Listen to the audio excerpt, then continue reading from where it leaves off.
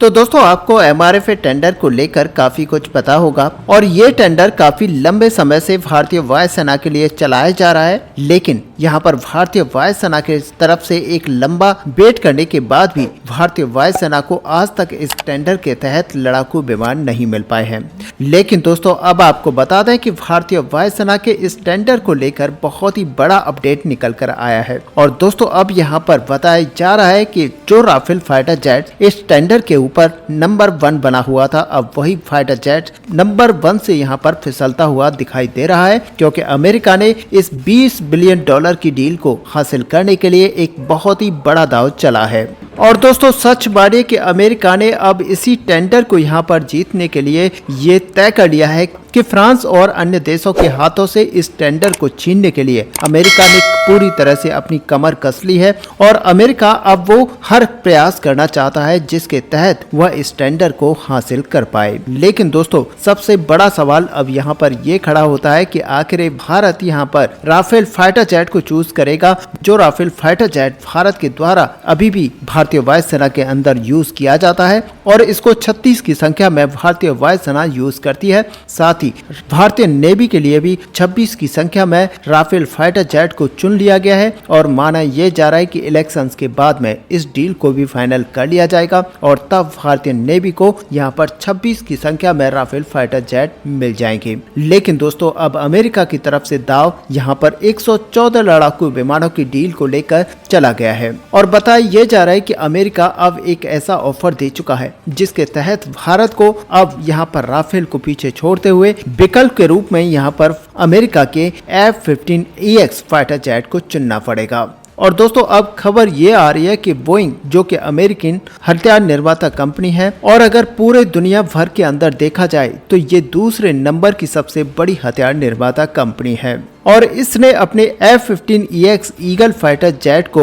भारतीय वायुसेना के लिए रखा है, जो कि इस डील में एक ह्यूज स्टेप है। और हालांकि दोस्तों आप इसको F-16 से कंपैरिजन नहीं कर सकते, क्योंकि F-16 फाइटर जेट यहाँ पर सिंगल इंजन फाइटर जेट होता है, जबकि ये फाइटर जेट ट्विन इंजन के साथ आता है और ये बहुत ही ज्यादा घातक फाइटर जेट है। ऐसे में दोस्तों इस फाइटर जेट के अंदर सबसे बड़ी बात यह है कि आज तक इसके रिकॉर्ड में बहुत सारे युद्ध लड़े हैं, चाहे आप इराक का युद्ध ले लीजिए या फिर सीरिया युद्ध या फिर इजराइल का युद्ध ले लीजिए, बहुत सारे युद्ध इस फाइटर जेट के द्वारा लड़े गए हैं और आज तक कोई भी दुश्मन देश इस फाइटर जेट को मारकर गिराने में कामयाब नहीं हो पाया है। और दोस्तों इसी के नाम ये रिकॉर्ड है कि इसे बैटल में यानी कि युद्ध के मैदान में महारत हासिल है और इसको अभी तक युद्ध के मैदान में मारकर गिराया नहीं जा सका है और इसीलिए दोस्तों इस फाइटर जेट को अजय लड़ाकू विमान कहा जाता है। और ऐसे में दोस्तों ये लड़ाकू विमान बिल्कुल शानदार है, लेकिन अब यहाँ पर बोइंग की तरफ से प्रस्ताव भारतीय वायुसेना को यहाँ पर भेजा गया है,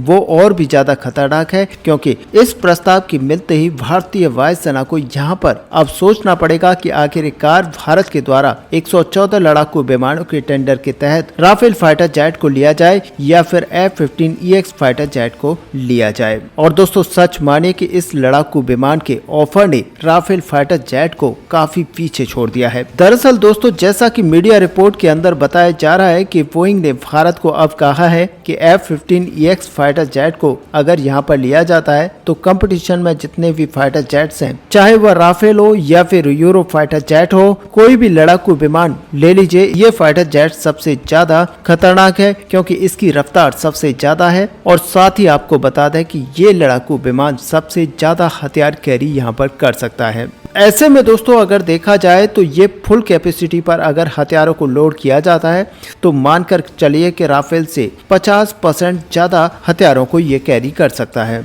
और ऐसे में दोस्तों आप सोच सकते हैं कि दुश्मन के ऊपर इस फाइटर जेट के द्वारा जबरदस्त बमबारी की जा सकती है। और उससे भी खास बात यह है कि जितने भी कंपटीशन में फाइटर जेट्स मौजूद हैं उनमें ये फाइटर जेट सबसे ज्यादा सस्ता पड़ेगा। और इतना ही नहीं, बोइंग की तरफ से ये भी कहा गया है कि जो राफेल फाइटर जेट्स हैं, इसके अलावा जो दूसरे लड़ाकू विमान हैं, इन दोनों के मुकाबले बहुत ही ज्यादा कम कीमत इसकी होने वाली है। और सबसे बड़ी खास बात यह है कि बोइंग की तरफ से ऑफर ये भी भी दिया गया है कि फर्स्ट डे से आपके पास जितने भी मिसाइलें और दूसरे हथियार मौजूद हैं उन सभी को इसके अंदर इंटीग्रेट किया जा सकता है। और ऐसे में दोस्तों यहाँ तक माना जा रहा है कि ब्रह्मोस मिसाइल और अस्त्रा मिसाइल को भी इसके अंदर इंटीग्रेशन किया जा सकता है और वो भी पहले दिन से किया जा सकता है। और सबसे बड़ी बात बोइंग की तरफ से ये कही जा रही है कि इसके अंदर इंडिया स्पेसिफिक कई सारे मॉडिफिकेशंस बोइंग यहाँ पर करने को तैयार है और जो भी इन्हेंसमेंट भारत की तरफ से यहाँ पर रिक्वायर्ड होंगे उन सबको यहाँ पर चेंज किया जाएगा। मान के चलिए कि यहाँ पर एवियोनिक्स होगी उसको भी यहाँ पर भारत के हिसाब से लगाया जाएगा और साथ ही जो कम्युनिकेशन सिस्टम होगा उसको भी यहाँ पर भारत के हिसाब से लगाया जाएगा। और दोस्तों सबसे बड़ा यहाँ पर फायदा यह होगा कि युद्ध के मैदान में राफेल फाइटर जेट या फिर F-15EX को भेजना है तो हम इन दोनों फाइटर जेट्स के अंदर कोऑर्डिनेशन बहुत ही अच्छी तरीके से कर पाएंगे और कोई भी फर्क यहाँ पर नहीं देखने को मिलेगा। और ऐसे में दोस्तों सच मानिए कि यहाँ पर भारतीय वायुसेना को सीरियसली ये सोचने पर मजबूर कर दिया है और कहीं न कहीं फ्रांस और राफेल बनाने वाली डेसॉल्ट एविएशन कंपनी दोनों यहाँ पर चिंता में आ चुके हैं। ऐसे में दोस्तों अमेरिका की तरफ से यहाँ पर कहा गया है कि हमारा जो F-15EX फाइटर जेट है ये वेरिएंट यहाँ पर नहीं दिया जाएगा बल्कि EX वेरिएंट यहाँ पर दिया जाएगा, क्योंकि आपको बता दें कि EX वेरिएंट के अंदर वर्ल्ड का फास्टेस्ट कंप्यूटर दिया जाता है। और ऐसे में दोस्तों अगर युद्ध के मैदान में आपको जाना है तो वहां पर कई सारी चीजों को रीड करना और साथ ही एग्जीक्यूट करना होता है और इसके अंदर जो कंप्यूटर लगा होता है वो बहुत ही फास्टेस्ट होता है, जिसकी वजह से ये बहुत ही जल्द पायलट को यहाँ पर इंफॉर्मेशन मुहैया कराता है। और ऐसे में दोस्तों आप मान के चलिए कि एक साथ इसके अंदर 22 मिसाइलों को लगाया जा सकता है, क्योंकि ये लड़ाकू विमान साइज में सबसे बड़ा है और इसे एक तरह से देखा जाए तो मिनी बॉम्बर आप कह सकते हैं। और दोस्तों सच मानिए कि इससे ज्यादा मिसाइलें दुनिया भर के अंदर किसी भी लड़ाकू विमान के अंदर नहीं लगाई जा सकती हैं। और दोस्तों बताई तो ये तक जा रहा है कि इसी फाइटर जेट के अंदर हाइपरसोनिक मिसाइल को भी इंटीग्रेट किया जाएगा और अमेरिका ने इस वेरिएंट को इसीलिए बनाया है क्योंकि अब अमेरिका हाइपरसोनिक मिसाइल को टेस्ट कर रहा है और जैसे ही ये मिसाइल बनकर तैयार हो जाएगी तो अमेरिका की तरफ से सबसे पहले इसे F-35 या फिर F-22 रैप्टर फाइटर जेट के अंदर नहीं लगाया जाएगा, बल्कि अमेरिका सबसे पहले अपनी हाइपरसोनिक मिसाइल को F-15EX फाइटर जेट के अंदर लगाकर टेस्ट करेगा। और दोस्तों आपको बता दें कि अमेरिका की तरफ से इसी वेरिएंट को ऑफर किया जा रहा है। लेकिन दोस्तों अब बात यहाँ पर निकल कर आती है कि राफेल फाइटर जेट या फिर F-15EX में से किस फाइटर जेट को आखिरकार खरीदा जाएगा। तो दोस्तों आपको बता दें कि यहाँ पर ये पूरा जो मैटर है वो हमारी वायुसेना के ऊपर छोड़ना चाहिए, क्योंकि वायुसेना को अपनी रिक्वायरमेंट के हिसाब से यहाँ पर फाइटर जेट को चूज करना है। और ऐसे में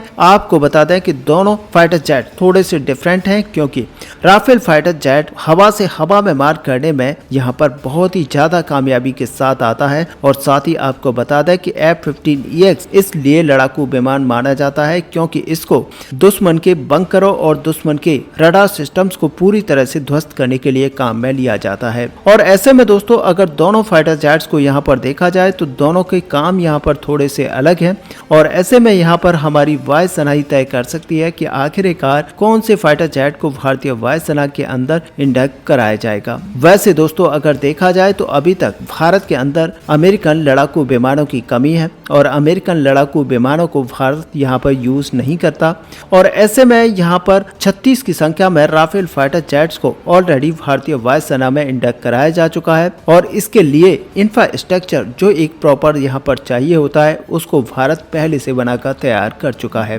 और अगर भारतीय वायुसेना यहाँ पर F-15EX फाइटर जेट के साथ जाती है तो भारतीय वायुसेना को यहाँ पर अपने पायलट्स को ट्रेनिंग देने से लेकर एक बड़ा इंफ्रास्ट्रक्चर यहाँ पर बनाकर तैयार करना पड़ेगा। हालांकि दोस्तों यहाँ पर अमेरिका की तरफ से ये भी कहा गया है कि भारत को 100% टेक्नोलॉजी ट्रांसफर के साथ ही भारत के अंदर मेक इन इंडिया मिशन के तहत इन फाइटर जेट्स को भारत के अंदर ही बनाकर तैयार किया जाएगा। और ऐसे में पूरा जो इंफ्रास्ट्रक्चर होगा वो अमेरिकन बोइंग कंपनी की तरफ से तैयार किया जाएगा। लेकिन दोस्तों अब इस पूरे टॉपिक को लेकर यहाँ पर सारा जो मैटर है वो वायुसेना के ऊपर छोड़ा जाना चाहिए, क्योंकि वायुसेना को अपनी रिक्वायरमेंट के हिसाब से फाइटर जेट को चूज करना चाहिए। ऐसे में दोस्तों आपका यहाँ पर क्या व्यू है, आप अपना व्यू हमें कमेंट पे लिखकर जरूर बताएं। साथ ही अगर वीडियो आपको अच्छी लगे हो तो लाइक और शेयर करना ना भूलें। मिलते हैं नेक्स्ट वीडियो में, तब तक के लिए जय हिंद जय भारत।